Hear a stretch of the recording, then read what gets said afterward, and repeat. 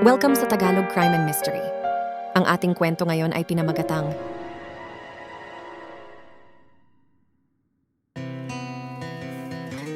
This week's 48 Hours investigates the disappearance of a mother of three. MAYA MILLETE vanished from her Southern California home in January 2021. Shortly after, friends and family began to grow suspicious of her husband, Larry. Investigators say the couple had been having marital issues, and they say Larry had been contacting so-called spellcasters to try and put a hex on MAYA to keep MAYA in the marriage. 48 Hours contributor Jonathan Vigliotti has more. Noong January 9, 2021, si MAYA MILLETE, 39, ay opisyal na naiulat na nawawala pagkatapos ang misteryoso niyang disappearance sa Chula Vista, California. At dahil dyan, nasimulan ang formal na investigasyon ng pulis sa kanyang pagkawala. Si MAYA MILLETE o tinatawag na May ay isang Filipino-American na pinanganak sa Pilipinas noong May 1, 1981. Noong siya ay 13, sila ay naging immigrant sa Amerika kasama ang kanyang mga magulang at 5 mga kapatid. Sila ay nanirahan sa Honolulu, Hawaii, kung saan naging maayos ang kanilang buhay. Ayon sa kanyang kapatid na si Marie Chris, si MAYA ay naging active sa kanyang pag-aaral at kilala bilang isang matalinong estudyante. Ayon din sa kanyang pamilya at mga kaibigan, si MAYA ay isang outgoing person, talented pati na sa musika at mahilig sa outdoors. Siya ay merong magandang personalidad at nire-respeto ng mga taong nakapalibot sa kanya. Nagkakilala si MAYA at kanyang asawa na si Larry MILLETE noong sila ay 18 years old sa Honolulu, kung saan nagtatrabaho sila noon sa isang fast food restaurant. Si Larry ay isa ring Filipino immigrant na nagmula sa Pilipinas. At noong nag-18 nga si Larry, siya ay nag-join ng Navy at nagpakasal sila ni MAYA. Dito na nagsimula ang kanilang chapter bilang mag-asawa.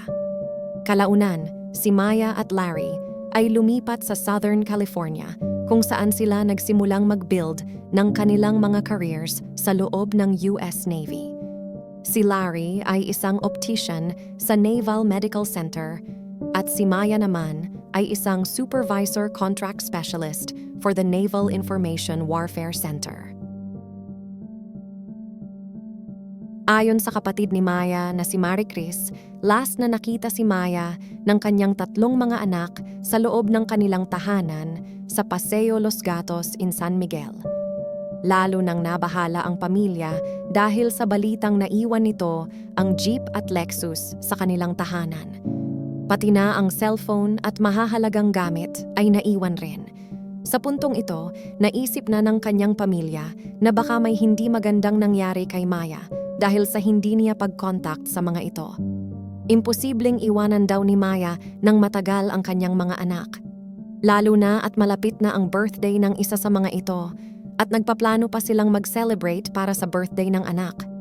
Napaisip na sila kay Larry lalo na nang di niya ni-report na nawawala si MAYA sa pulis. Nung tinanong din ito, magulo at hindi consistent ang kanyang mga dahilan sa pagkawala ng asawa. Hindi din mukhang affected si Larry na nawawala si MAYA at kalmado pa ito habang ini-interview ng mga police at investigators. When did you notice something was wrong? She's planning for her daughter's birthday and we haven't heard anything from her. So this is not her at all. MAYA, who worked for the Navy along with her husband Larry, was last heard from on January 7th, 2021. When Mary, Chris, and Richard showed up at their house, Larry told them she was out. Larry says Maya's been where? Hiking. She went hiking.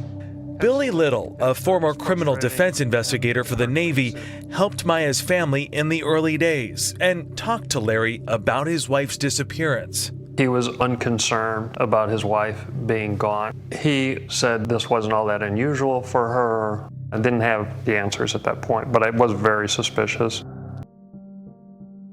Dito na lumabas ang mga kwento na isang taon na palang hindi maganda ang pagsasama ni Larry at MAYA. At bago nga mawala si MAYA, ayon sa mga nakuhang ebidensya sa mga cellphone records ni Larry, magulot desperado na ang pag-iisip nito patungkol sa kanilang relasyon. At nung araw nga na nabalitang nawala si MAYA, ay ang araw din na nag-schedule ito sa isang divorce attorney para sa hakbang kung paano makipaghiwalay sa asawa.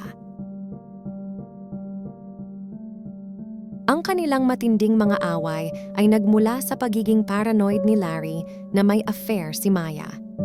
Inilarawan sa reports kung paano naging stalker-like si Larry sa kanyang asawa habang minomonitor ang mga galaw nito. Nauwi ang obsession ni Larry sa pagre-research ng mga spellcasters online para isumpa ang asawa at kung paano ito masaktan at maging dependent sa kanya.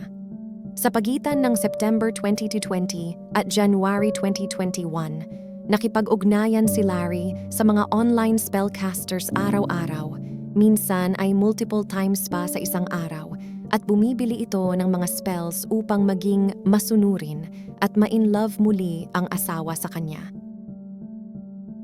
Habang nasa isang family trip ang pamilya, naging kakaiba at magulo ang mga kinikilos ni Larry. Nag-open ito sa isang miyembro ng pamilya tungkol sa problema nilang mag-asawa. Nagkwento si Larry sa plano na hulihin si Maya at ang lalaki sa affair nito. Pinaplano ni Larry na makahanap ng taong mananakit sa other man ni Maya. Dumating din sa point na nakapag-open si Maya sa isang kaibigan na habang nag-aaway silang mag-asawa, sinakal siya ni Larry hanggang ito ay mawalan ng malay. Ayon din sa investigasyon, 2 pictures ang nakuhanan noong 2020 na pinapakita ang mga koleksyon ng baril ni Larry tulad ng rifles at mga handgun. Ang mga photos ay ginamit ng mga pulis ng San Diego noong May upang mapilit si Judge Catherine Bacal na mag-issue ng pansamantalang utos sa pagpigil sa karahasan ng baril laban sa asawa ni Maya. Dahil sa order na ito, ang koleksyon ng baril ni Larry ay nakuha ng mga opisyal noong May 7. They show the gun collection of Larry Millete piled up on a kitchen table, 16 firearms in all. The redacted section of this photo blocks out Millete's 4-year-old son, who is standing on the table surrounded by the guns. The only part of the boy not redacted are his feet, standing here in the center of the table. Police submitted the 2 photographs as evidence to convince a judge to issue a temporary gun violence restraining order against Larry Millete, the husband of Maya Millete, who has been missing for more than 6 months. Officers seized Millete's entire gun collection on May 7th, citing a public safety risk. Ipinapakita ng mga records ng militar na nagsilbi siya ng 5 years sa US Navy mula 2000 hanggang 2005 bilang isang optician kung saan nakatanggap siya ng maraming tagumpay kabilang ang isang pistol sharpshooter ribbon. Habang siya ay nasa Navy, walang mga aksyong pandisiplina or bad record siyang natanggap. Sinabi naman ni Larry sa isang statement bilang response sa kanyang koleksyon na siya ay isang avid na gun collector at may sentimental value ang mga baril na kinuha ng mga pulis sa kanyang tahanan. Pumunta naman tayo sa gabing sinasabing nawala si Maya at may mga nadinig sa tahanan na nakuhanan ng CCTV ng katabing bahay. Isang paalala, ang inyong susunod na mapapakinggan ay ang original na audio footage sa kasong ito at maaaring sensitibo sa ilang manonood. Viewer discretion is advised.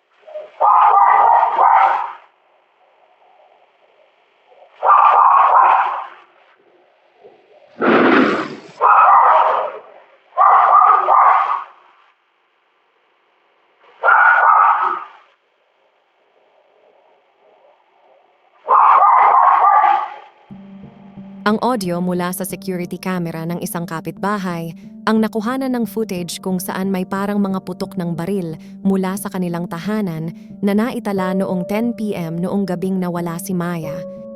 Sinabi ng pribadong investigador ng pamilya na si Billy Little Jr. na mayroon ding audio recording ng isang away na nangyari sa loob ng bahay ng Milete noong January 7 na napakalakas kaya maririnig sa labas.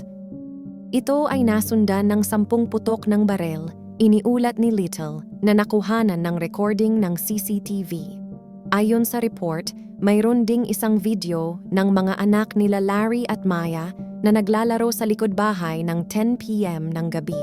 Sila ay nakuhanan ng mag-isang naglalaro sa loob ng kalahating oras. Nakakapagtaka ito dahil nung gabing iyon ay may pasok ang mga bata sa school kinabukasan at malamig din ang panahon. Ito ay isang red flag ayon sa mga investigators na tumutukoy sa posibleng nangyari ng gabing nawala si Maya at kung may mga maaaring nasaksihan ang mga bata. Ayon sa mga reports, noong January 9, nakipag-usap si Larry sa isang kapitbahay at sinabi nito na dinala niya ang kanilang Lexus sa Anza Borrego Desert State Park at hiniling sa kapitbahay na idetalye ang kanilang sasakyan. Dito na nila naisip na posibleng patay na si Maya Millete. Noong January 13, 2021, nagpunta ang mga volunteers sa Mount San Miguel Park para kay Maya. At noong January 23, nag-serve ng search warrant ang mga investigador sa tahanan ni Millete. Naghahanap sila ng mga clues or anumang ebidensya na magtuturo sa dahilan ng kanyang pagkawala. Noong February 5, 2021, ang Chula Vista Police Department at ang pamilya ni Maya ay nagkaroon ng briefing para hikayatin ang publiko na tumulong sa paghahanap kay Maya or magbigay ng impormasyon sa posibleng nakakaalam sa kanyang kinaroroonan. This is still not the end. We're still have a long way to go. We're still asking the public, please, help us bring my sister home. We will, my Chris. We will. I still want to see my sister. I still want her to come home to us. Please, if you know anything at all, please help us. We are pleading. I still want her to come home. We did a promise to her 11-year-old daughter that we will bring her mom home, please.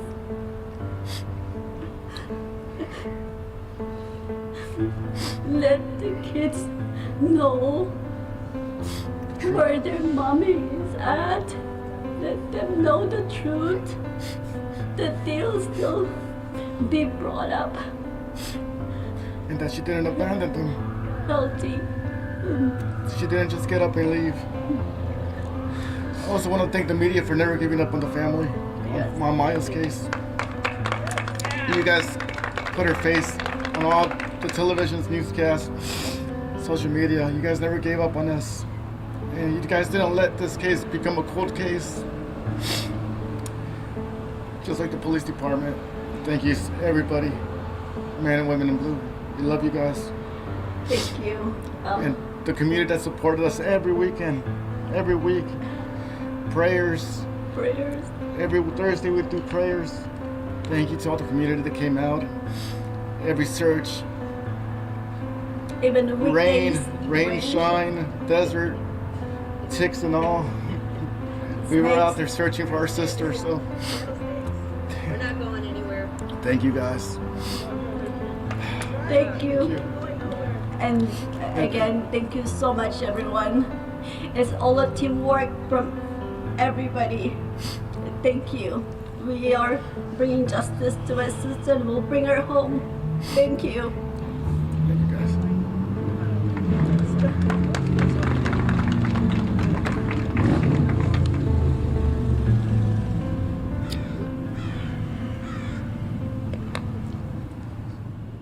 Noong October 19, 2021, halos 1 year matapos mawala si Maya, inaresto si Larry at kinasuhan ng pagpatay sa kanyang asawa. Sa isang press conference na nag-anunsyo ng pag-aresto, sinabi ni Summer Stephan, County Attorney ng San Diego County, na ang bangkay ni Maya ay hindi pa rin nahahanap sa mga oras na yon. Ang pag-aresto ay dumating pagkatapos na maisakatuparan ang mga search warrant at 87 na panayam ang isinagawa. Matapos ang pag-aresto kay Larry, nanatili siya sa kustudiya at ikinulong ng walang bond. Noong October 21, 2021 ay nag-plead siya ng not guilty sa kanyang arraignment sa South County Court ng San Diego County Superior Court sa Chula Vista. Noong Huwebes, November 4, si Larry ay hindi pinayagan magpiyansa kasama ang hukom na binanggit ang kanyang nakaraang banta ng pananakit sa isang individual. Dahil na din ito sa mga akusasyon niya, nagagawa ng di mabuti ang posibleng ka-affair ng asawa kung meron man. Tinanggalan na din ng phone privileges si Larry ng hukom mula sa kulungan nito. Ayon sa utos, hindi na niya maaaring tawagan ang pamilya ni Maya kasama ang mga anak. Dahil na din ito sa sobrang pag-communicate at pagtawag sa mga bata at pag-discuss nito sa kanyang kaso. Sinabi ng kanyang lawyer sa korte na nakakaapekto ng malaki sa mental health ni Larry ang utos at hinihiling na mabigyan ulit ng opportunity na makausap ang kanyang pamilya. And now the news tonight, a motion today in court from Larry Millete asking a judge to allow him to resume telephone calls from jail with his 3 children. The Chula Vista father is accused of murdering his wife, Maya. She disappeared more than 2 years ago. As CBS 8's David Gottfredson reports, Maya's sister had a strong reaction to some of the arguments made by Larry Millete's attorney. Really, it has affected his well-being mentally and emotionally. The fact that Larry Millete has been court-ordered not to speak to his children from jail is taking a toll on the 41-year-old father of 3, according to his defense attorney, Bonita Martinez. He's actually quite distressed, if you might want to say depressed about it. The attorney argued in court Thursday that the protective order should be lifted, allowing Millete to contact his kids, ages 6, 11, and 13. Currently, he is only allowed to write letters to the children, which are screened before being delivered. The children have expressed to me how much they miss their father. Deputy District Attorney Christy Bowles reminded the court that Milliete's telephone privileges were revoked after he repeatedly called his children at all hours discussing the murder case and bad-mouthing Maya's family. Then, after being court-ordered not to call anybody except his attorney, Bowles said he used another inmate's PIN number to make more calls. There were 66 attempted calls to the defendant's parents, his aunt, his brother, and his boss. And I think to allow the defendant to communicate with the children would be to their detriment. They are victims and, frankly, witnesses in this case. That's when the defense attorney turned to a different line of argument, targeting the alleged victim. He, in fact, was the one taking care of the children, and the mother was out there drinking up the early morning, coming home drunk. And he's the one that stayed with the children. Soliciting a rather strong reaction from Maya's sister, Mary Chris, who was watching the hearing on a remote feed. She left them for at least over 2 months. She left without even taking the children with her. In the end, the judge denied the motion, meaning Larry Millete is still prohibited from speaking with his kids. Larry Milliete's next court appearance will be on July 6th. His murder trial is still set to begin on October 9th. At Chula Vista Courthouse, David Gottfredson, CBS 8.